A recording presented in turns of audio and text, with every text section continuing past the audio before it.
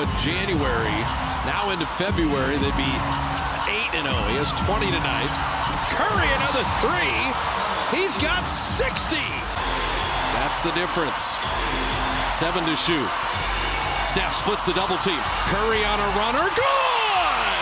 Steph Curry on Sunday, February 3rd, dropped a whopping 60 points on the Atlanta Hawks. Despite not coming away with the win, Curry became the second player in NBA history to drop 60 points while being 35 years or older in one game. And the other player you're asking? Yeah, that was Kobe Bryant during his very last game in the NBA in 2016, where the Lakers were just feeding this man the ball. I mean, 50 shot attempts? Steph Curry this year is averaging a hair under 27 points a game while shooting around 41% from 3, 46% from the field, and is leading the league in free throw percentage. And he doesn't look like he's stopping anytime soon. It's no question that Steph Curry has shown undeniable longevity. The reason we don't celebrate it more is because Curry's arch rival from the last decade, LeBron James, is somehow showing even stronger longevity. But with Curry's sustained excellence this late into his career, his 4 championships, 2 MVPs, 1 Finals MVP, and him being the undisputed greatest shooter to ever touch a basketball, it really brings up the question, is Steph Curry the greatest point guard of all time? Has Steph Curry really taken over this title yet? Or is it just a matter of time before he does? Or is there nothing he can do at this point to surpass Magic Johnson's legacy?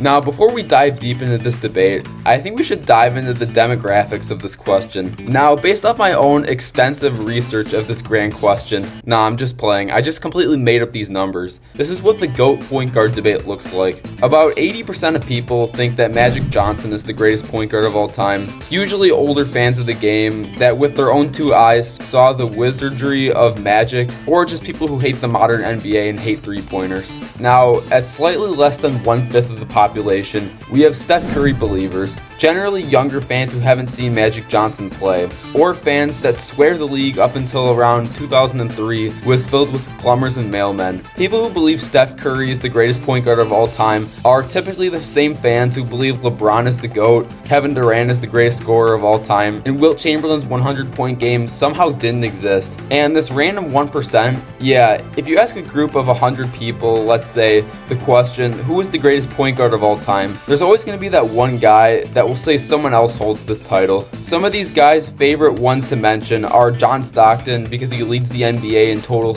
assists and steals, Russell Westbrook because he averaged a triple-double for around 5 seasons in a row, Jerry West because he's the logo, and my personal favorite of these outcasts, Bob Cousy. And thank God you won't have to worry about seeing these Bob Cousy stands in the comment section of this video because they're not even on social media. So my point being that this is really a 2-man race between Curry and Magic, because quite frankly, no one else really comes close. So let's begin this debate.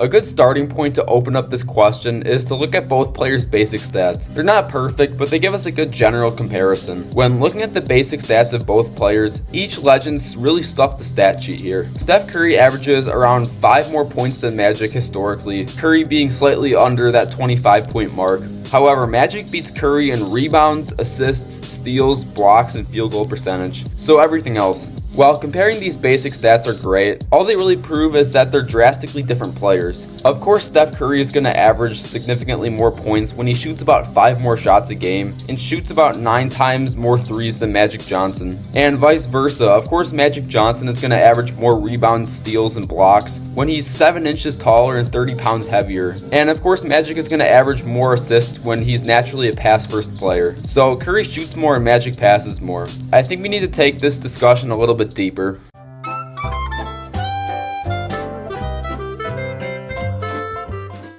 Advanced stats are an even better way of comparing the two players against each other, because while normal stats account for the individual's different aspects of their games, advanced stats track a player's total on-court production, effectiveness, value, and efficiency. The 6 advanced stats we're going to look at today are PER, shows a combination of all the good things a player does, minus all the bad things, in a nice simple score.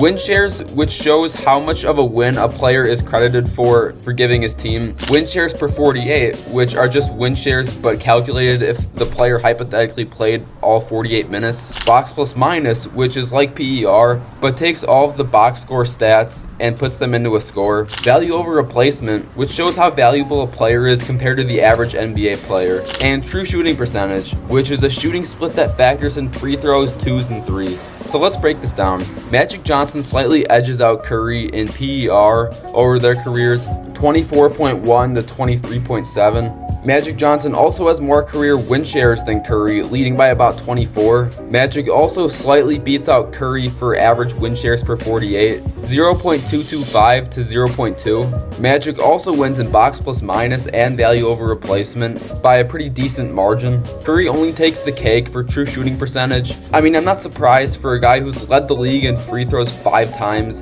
and has a career 42.6% three-point percentage. So the advanced stats generally say that Magic Johnson was the more significant and impactful player on the court, but we're still not done yet.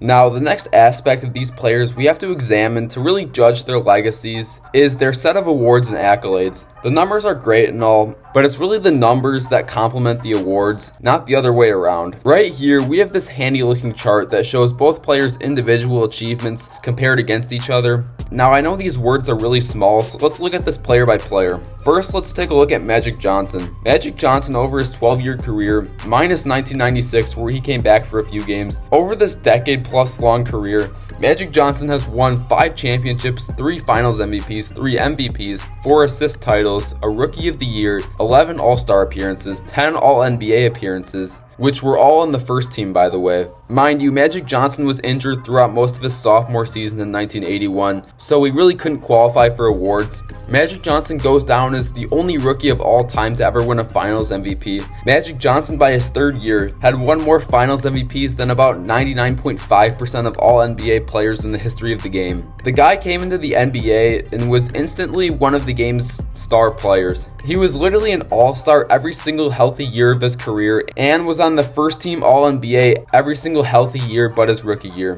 Absolutely insane. Steph Curry, on the other hand, took some time to become a superstar of the league. Steph Curry got off to a slow start in the NBA, dealing with a lot of ankle injuries and just trying to develop his game. It wasn't until around 2014 where Curry found his stride in the league, making his first All-Star appearance and All-NBA appearance, and ever since 2015, Curry has ran away with the league, winning 4 championships, 2 MVPs, one of which was unanimous, 1 finals MVP, 2 scoring titles, 9 All-Star appearances, and 9 All-NBA appearances. The only obvious weakness of Curry's basketball resume is his 1 finals MVP to his 4 championships, where Andre Iguodala and Kevin Durant twice both won the award over him, really questioning how impactful Curry was to his set of rings. When comparing the 2 players' awards against each other, Magic Johnson beats Curry out in championships, finals MVPs, MVPs, Rookie of the Years, All-Star appearances, All-NBA teams, and assist titles, while Curry only takes scoring titles. So Magic Johnson pretty clearly dominates the awards category.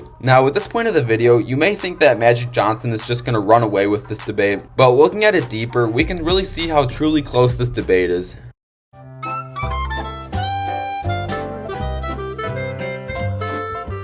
When dissecting both players' career trajectories, we need to look at the players' prime playing days compared to how long they maintain that production. So to judge the level of production a player put up season by season, I created my own system to rank each individual season both Curry and Magic had. And the system was inspired by Jimmy Highroller, who made a video with this concept about a year ago. How my season score system is going to work is the score is a combination of basic stats, advanced stats, and accolades a player achieved that season.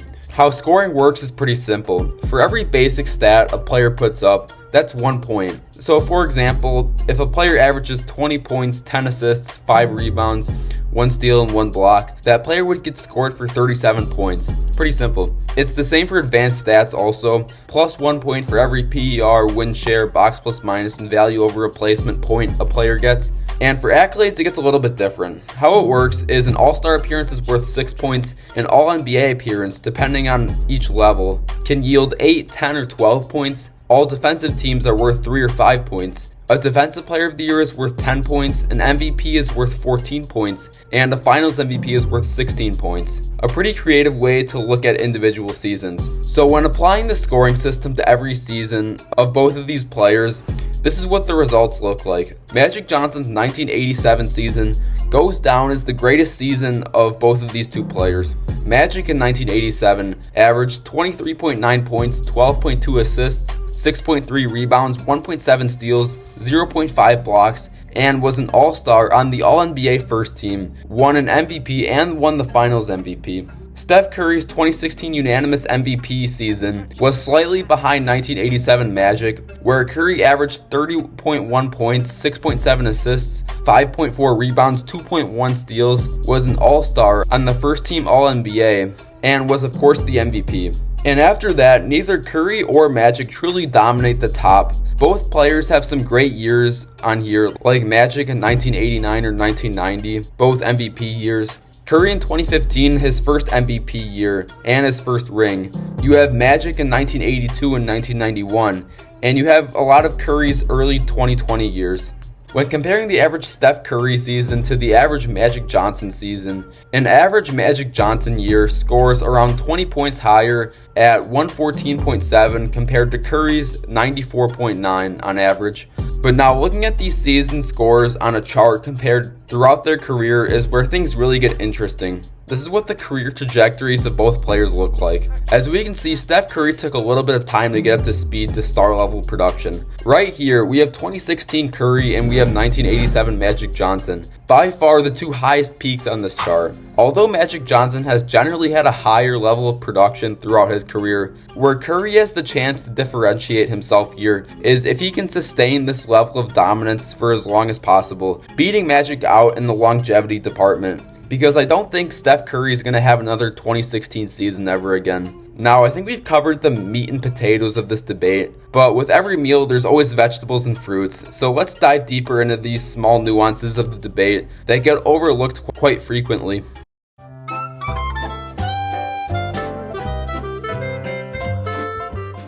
The first metric we should take a deeper dive into is playoff competition. The competition a player faces in the playoffs has more of an effect on winning than most people would willingly admit. So one of the easiest ways to determine playoff competition is looking at the All-Stars played against. A pretty straightforward way to look at playoff competition.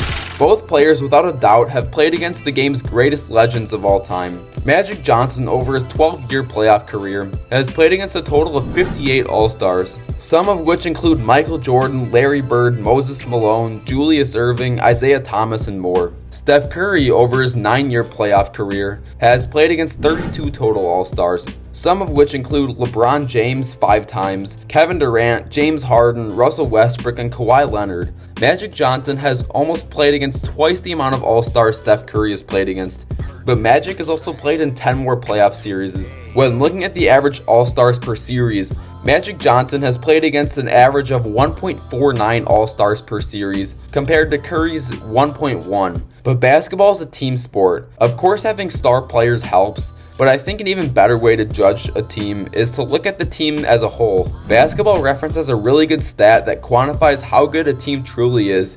It's called SRS, or Simple Rating Score, and this stat is a combination of strength of schedule and margin of victory. So I did the daunting and mind-numbing task of collecting the SRS scores of every team both Magic Johnson and Steph Curry ever played against in the playoffs, and it looks a little something like this. Let's go through it series by series. In the first round of the postseason, Steph Curry by a landslide takes this category. I know you see a negative sign here by Magic Johnson's number and are a little bit confused by it. In the 1980s, the NBA was an expanding league and adding new teams very often. Because there was less than 30 teams and there were still 16 teams in the playoffs every year, this meant that some of the highest seeded teams are going to be below average teams.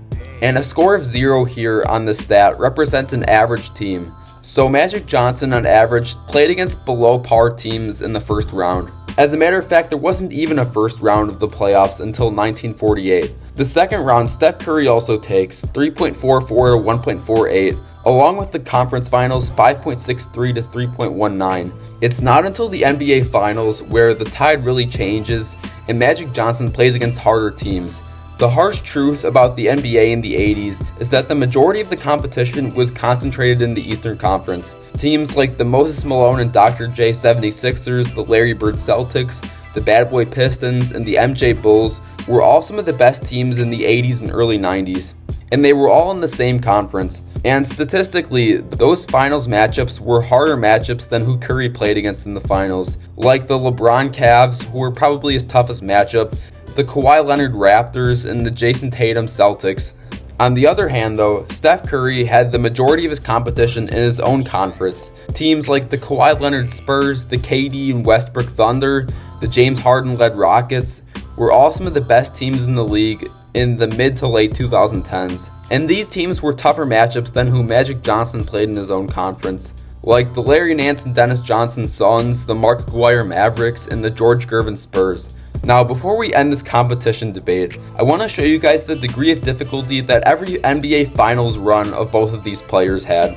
According to Total SRS Score, the 1991 Lakers had the toughest finals run of any Magic Johnson or Steph Curry team, with a total SRS of 22.03, where the Lakers played against the Hakeem Rockets in the first round, the Chris Mullin Warriors next, the Clyde Drexler Blazers in the conference finals, and the MJ Bulls in the finals. The next hardest finals run was the 2022 Warriors, where they played against the Jokic Nuggets, then the LeBron and AD Lakers, and then the Luka Mavericks, and then finally the Tatum-led Celtics. As we can clearly see on this chart, Steph Curry has by far the more challenging final runs on here, claiming 6 of the top 8 spots. And this is why I would say that Steph Curry has had to deal with harder playoff competition than Magic Johnson.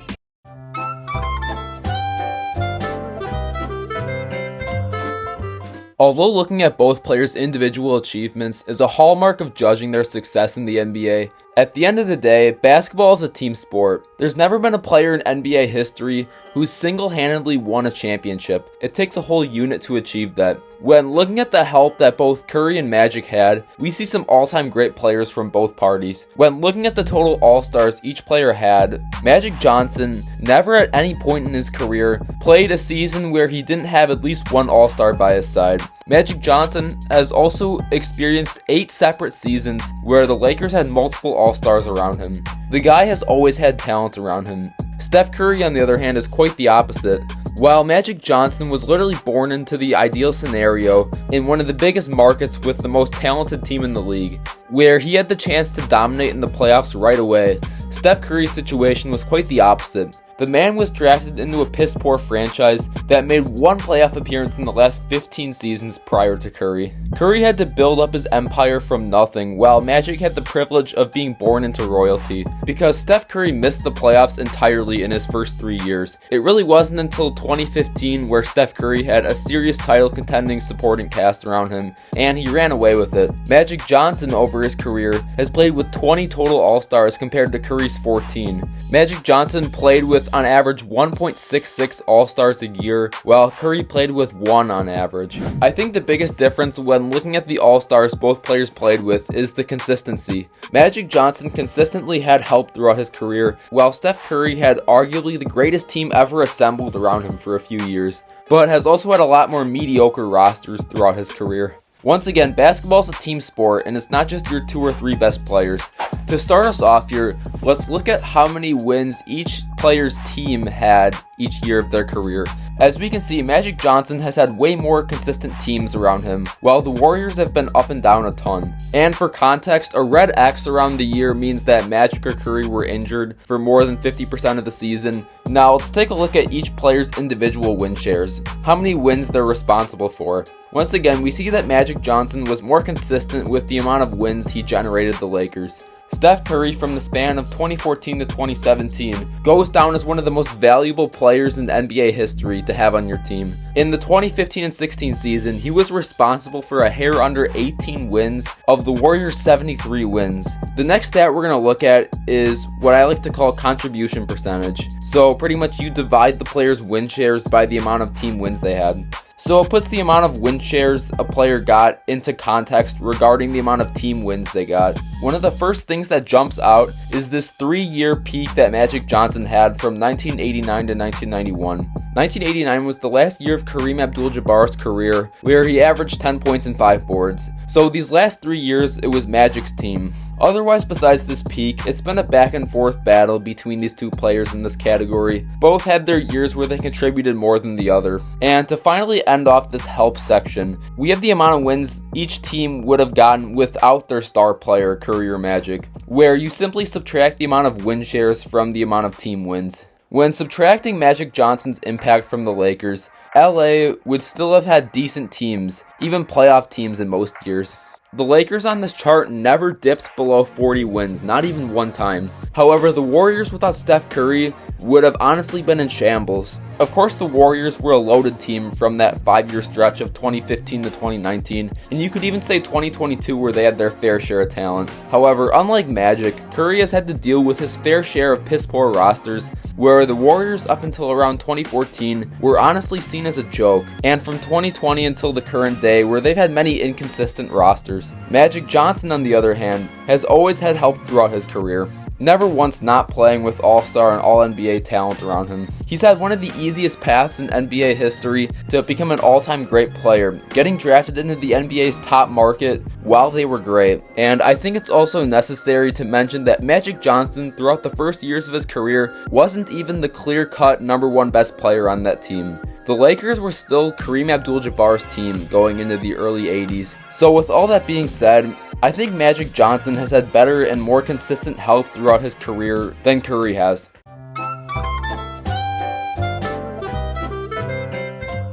You know, this debate of Magic Johnson versus Stephen Curry goes even deeper than just individual basketball resumes. Both players, without a doubt, are some of the game's most influential players of all time. Before the days of Magic and the Lakers, the NBA was an ever so declining association that failed to maintain a consistent in-game audience, struggled with TV viewership, and had to deal with a wide array of on-court fights. I mean, the NBA couldn't even broadcast the NBA Finals out to national television during the late 70s of a fear of a fight breaking out. But with the likes of teams like the Dr. J and Moses Malone 76ers, the Larry Bird Celtics, and especially the Magic Johnson Showtime Lakers, this solved the problems of, quite honestly, a failing league. The excitement that the Showtime Lakers brought to the NBA, with their flashy and entertaining style of basketball, completely captivated the league and gave Americans a reason to tune into the NBA. The Showtime Lakers quite literally saved the NBA, and Magic Johnson was the head of this dynasty. Magic Johnson individually influenced the traditional views of set positions on the basketball court. The league had never seen a 6'9" point guard that could handle and pass the ball like no other. Magic Johnson's legacy really broke the traditional heights and sizes for positions, leading players to play their positions based off of skills and not just size. This eventually led to players like Dirk Nowitzki, a 7-foot stretch big, Kevin Durant, a 6'11" offensive assassin, LeBron James, pretty much Magic Johnson but with a deeper scoring bag, and Nikola Jokic, a 7-foot bruiser who can pass the ball like he has eyes in the back of his head. And to think that there's a player that can somehow match this influence, Steph Curry came into the NBA in a very pivotal time in the league's history. The dead ball era had just finished and the league was a bit stale. I mean, there really isn't a lot that characterizes the early 2010s basketball, but Curry had other ideas, because Steph Curry, with his most deadly weapon, his three-point shot, completely redefined outside shooting. He turned three-point shooting of perimeter players from a luxury skill set that only the best guards had to a necessity that all perimeter players have to have in the year 2024. In 2015, Curry proved that three-point shooting could win you a championship, and he proved it again, and one more time for all the naysayers. Steph Curry completely changed the general play style of the NBA and how teams viewed the three-point shot, and defining himself in the process as the greatest shooter to ever grace the planet Earth. At this point of the video, I think we've gone through enough information to make a solid judgment. As of this current day, Magic Johnson is indeed the greatest point guard of all time. Despite Curry's reign of dominance in the mid to late 2010s, despite his unanimous MVP in 2016, his off-the-charts efficiency for a primary outside shooter, despite the man being the greatest sniper the game has ever seen. Magic Johnson is the better player. To summarize what I just mentioned in the last 20 minutes or so in a nutshell, Magic Johnson has the better basic stats, advanced stats, he has more team success, and has more individual achievements than Curry does. But what about Steph Curry's point guard GOAT case when it's all said and done? How would Steph Curry's achievements and numbers be compared to Magic Johnson when his NBA career is all done and over with? When looking at a dream scenario for Steph Curry, let's say he plays 5 more years without any season-ending injuries. Let's say he wins 1 more ring. Remember, this is the best case scenario. He wins another Finals MVP with that, makes a few more All-NBA teams and All-Star teams, wins another scoring title, and continues to put up impressive stats game by game and continues to make it rain from 3.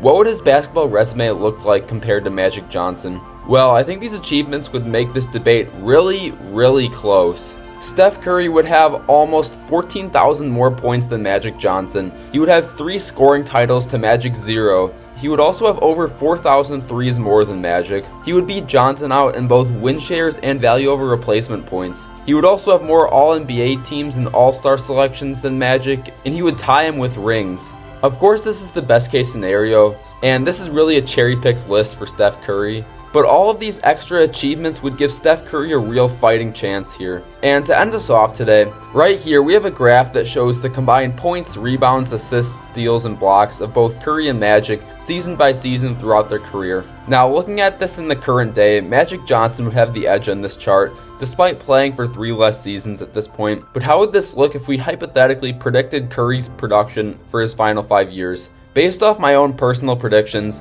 this is what I think Steph Curry's stats will look like in his final years. A small drop off, but nothing crazy. When we look at this on the chart, the drop off looks like this. Honestly, when I first saw this, it looked like Steph Curry's production took a huge drop off. But when we start this graph at 0 on the y-axis instead of 20, it looks something like this, clearly showing a more slow and gradual drop off. This is Steph Curry's greatest weapon in the point guard GOAT debate. If Curry can sustain longevity of this high of production for such an extended period of time, will there be a time where we have no choice but to crown him as the greatest point guard of all time? I guess time will tell.